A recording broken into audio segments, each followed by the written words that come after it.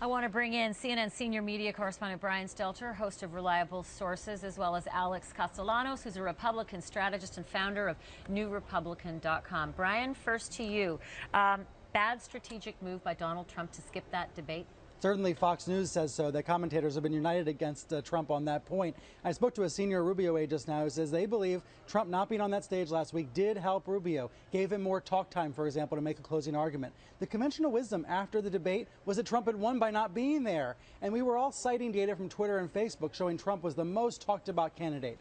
Well, being talked about is not always a good thing. There's news and then there's good news. That might have been bad news for Trump.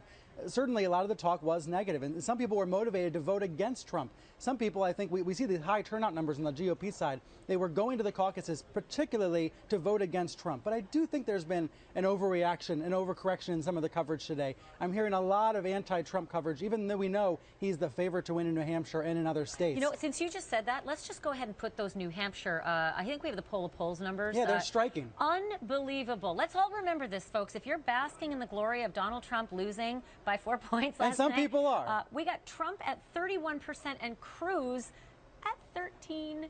That's now, we'll for see New how much Hampshire. that can change in the next few days. We'll see how much It might. Rubio and Cruz can take advantage of this. But I just looked at the early ratings for last night's coverage, actually. These were the highest rated caucuses in many years, probably ever. Why? Because people wanted to see if Donald Trump could be beaten. My kids I think people were watching. tuning in for that reason. They're 8 exactly. and 10 years old. My kid even sketched all the candidates. He's so fascinated So certainly by them. air has been punctured out of the balloon, right? This has been a tough moment for Trump, and we see him tweeting. But I think it's dangerous to overreact to it and go too critical about Trump, given all the challenges he faced in Iowa. And I think, Alex, you might be able to weigh in on this. The notion that Donald Trump may have thought he was bigger than the process by skipping that debate. He may be chastened by what's happened last night, but I wonder if it's the machine. Did Donald Trump think that he was bigger than the machine, that his celebrity, that his prowess, his momentum was bigger than the machine? Because Cruz had that machine fine-tuned. Will Donald Trump start looking at New Hampshire, even with that massive lead, and start fine-tuning that voter machine? I'm not sure Donald Trump has that great a voter machine. I think you've hit on the big difference. Ted Cruz is a product that fewer people like, looking at the surveys, but he had a better sales force, ground game. Donald Trump is a product that more people liked, but he didn't have the sales force. And I think in a small state, in a small caucus state, give Ted Cruz credit, he maximized what he could do.